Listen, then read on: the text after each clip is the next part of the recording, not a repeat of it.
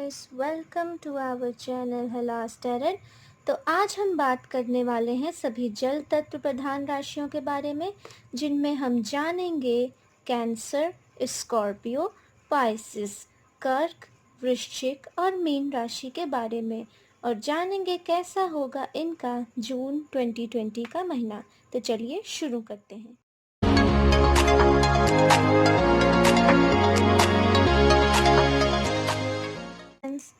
कर्क राशि, तो ये हैं आपके कार्ड्स। होपफुली आप अपने कार्ड्स देख पा रहे होंगे। चलिए बात करते हैं कैसा होगा आपका जून 2020 का महीना। अगर मैं आपके कार्ड्स को देख के कहूँ तो मुझे यहाँ लग रहा है कि किसी चीज़ का एंड करके आप जून के मंथ में एंटर हो रहे हो। किसी चीज़ के एंड से मेरा सेंस है, मुझे यहाँ पे लव सिचुएशन लग रही है कुछ लोगों की ये लव सिचुएशन हो सकती है कि आप अपने किसी पुराने लवर से दूर हुए हो इस मंथ, और आप इस मंथ एक हीलिंग प्रोसेस से गुज़रोगे और आपको अपनी मतलब खुद से आप कैसे खुद को खुश रखें इसकी अनुभूति होगी।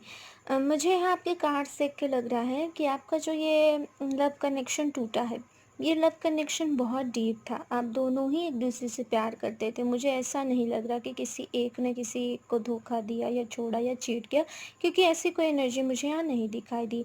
यहाँ पे केवल एक ऐसा लव अफेयर है जिसको शायद सोसाइटी ना अपना रही हो, जिसको या आपकी फैमिलीज़ ना अपना रही हो, और आप दोनों मतलब अपनी फैमिलीज़ के ख़िलाफ़ जा कर के इसे सक्सेसफुल नहीं बना पा रहे होंगे। ऐसा कुछ लोगों के संग हो सकता है। तो हाँ, ऐसे रिलेशनशिप का एंड होने वाला है, और ये चीज़ें आपकी आपसी सहमति से ही होंगी। और जहाँ तक मुझे आपके कार्ड्स देख के लग रहा है, ये एंड एक्चुअली में एक एंड ना हो कर के एक न्यू बिगनिंग है। हाँ, ये उस पर्सन के संग एंड हो सकता है जिसके संग आप लव रिलेशनशिप में थे, जिस पे आप काम करना चाहते थे पर वो नहीं हो पाया, वो सक्सेसफुल नहीं हो पाया रिश्ता। लेकिन इसके बाद आप एक न्यू बिगनिंग की ओर बढ़ रहे हैं, एक नई दिशा की ओर बढ़ रहे हैं।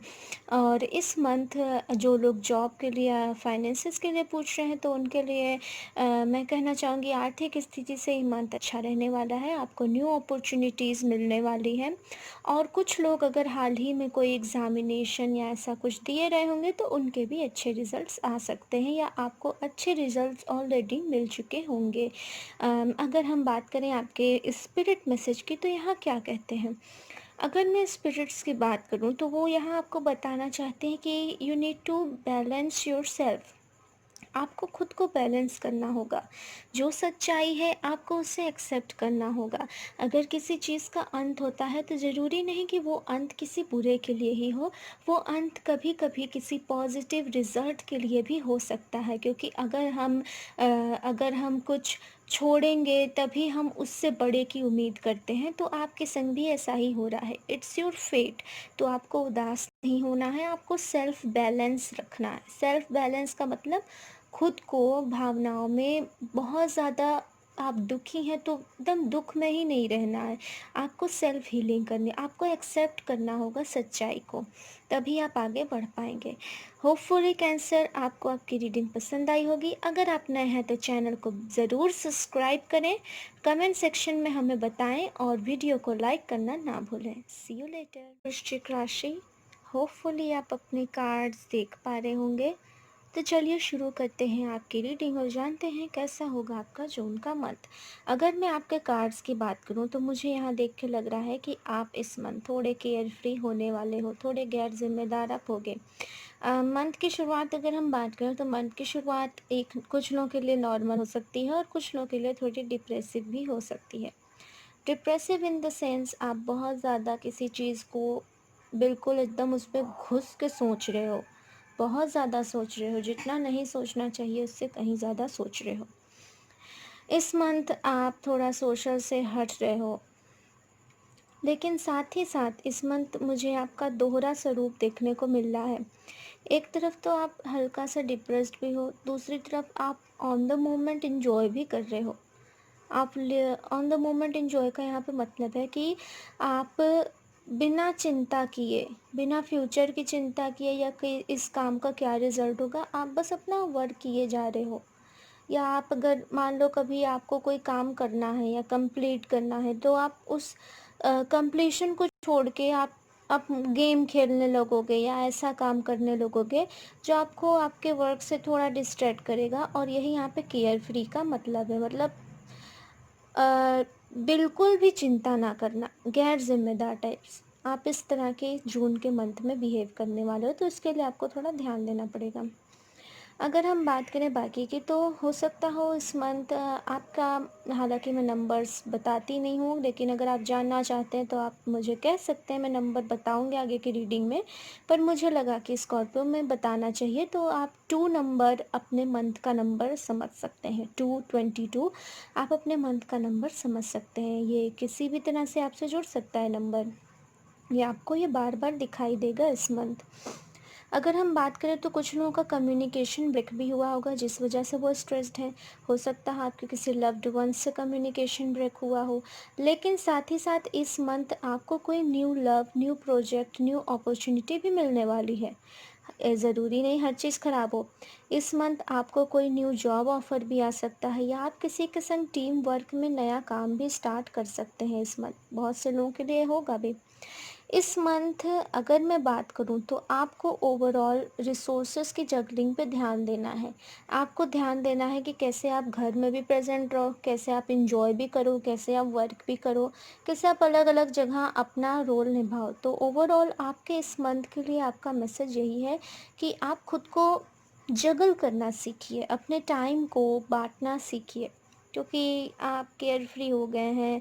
हालाँकि कभी-कभी हमें केयरफ्री रहना चाहिए, क्योंकि ये माइंड के रिलैक्सेशन के लिए ज़रूरी है, लेकिन साथ ही साथ हमें अपना पहले इम्पोर्टेंट काम भी पूरा कर लेना चाहिए, क्योंकि इससे हमारे जो हमारी जॉब रहती है, पैसा, मनी, स्ट्रेंथ जो भी हम चाहते हैं, उस पे इम्पैक्ट पड़ता है।